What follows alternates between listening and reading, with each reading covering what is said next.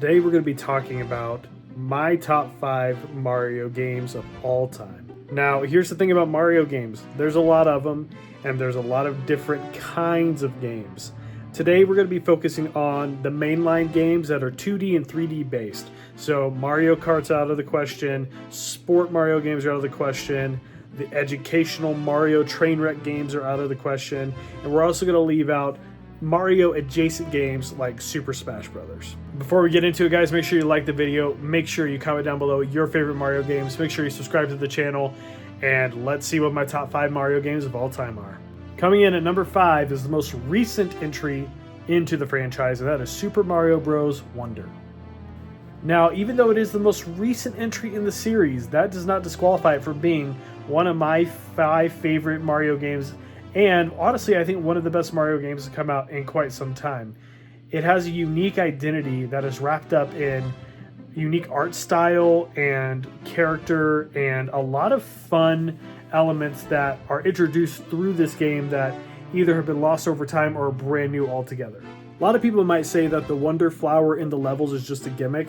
I don't think it's just a gimmick. I think it adds unique value in that it creates a little bit of spontaneity in the level and keeps you on your toes. You're not just running left to right on autopilot through each of these levels. You really have to have a keen awareness of what's around you, and you have to be ready to jump at any moment or run at any moment.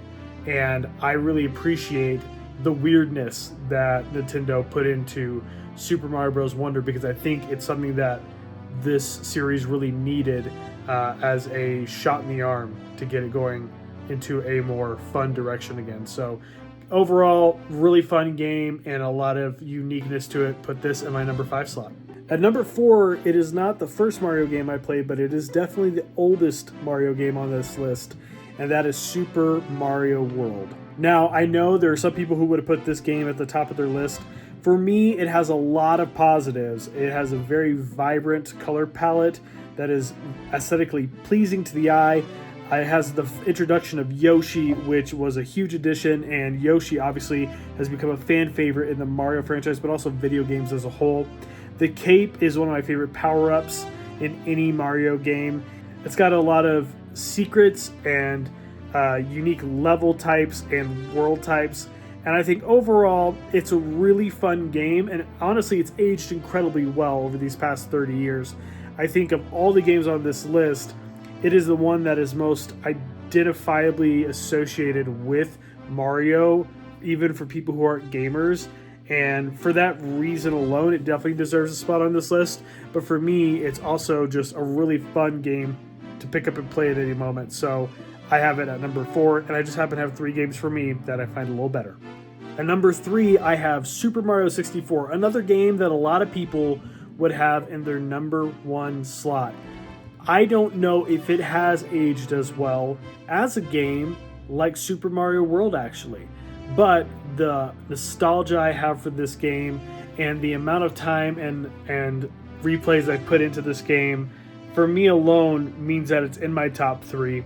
And I also think that a lot of what was created in this game set the foundation for my top 2 favorite games, in that it took what was originally just a side-scrolling platformer and turned it into a sandboxy level environment that really fits Mario well, maybe even better than the side-scrolling format, and showed what the power of the N64 could do at that time, but also what the possibilities for Mario in a 3D environment could be.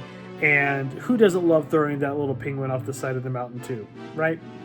At number 2, I have what was my favorite Mario game for many, many years, and that is Super Mario Galaxy. Super Mario Galaxy was the first ever Mario game I 100%ed. It might have been the first game I 100%ed, period. It was such a fun and addicting game, and I think the unique elements of star bits and the way that you ran around the different, not just planets, but even the little, I guess, moons and spheres that you encountered along the way, and just the way that gravity was utilized and kind of the momentum of slinging through different holes, and all of the environments were just really fun. I mean, you really felt like you were exploring the galaxy, that you were a traveler, that you were an adventurer.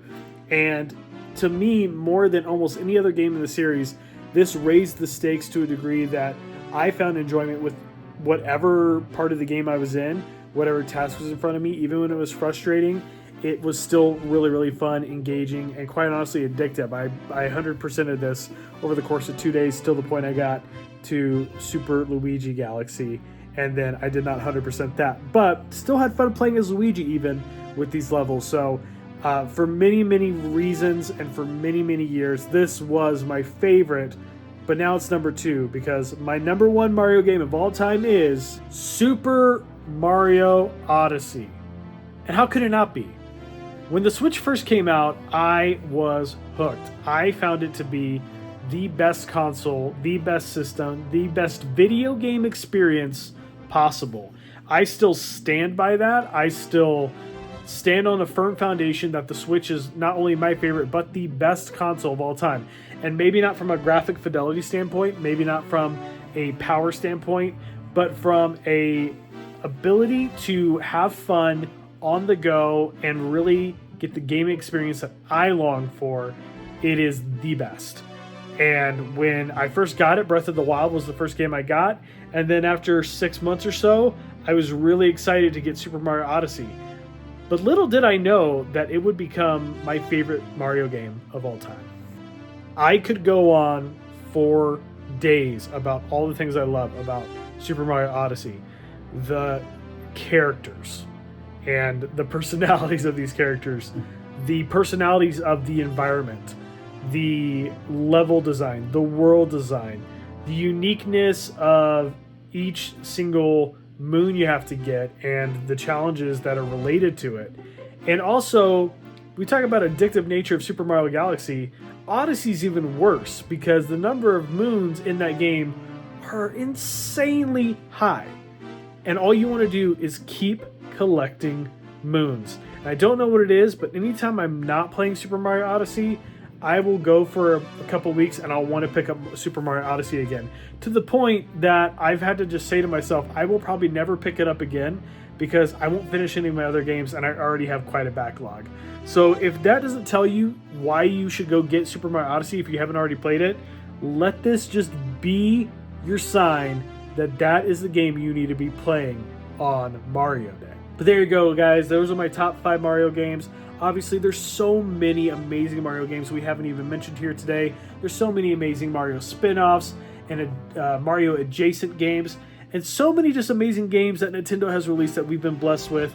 But it all started with a little Italian plumber looking for his princess in the wrong castle, and then eventually defeating the King Bowser to save that princess.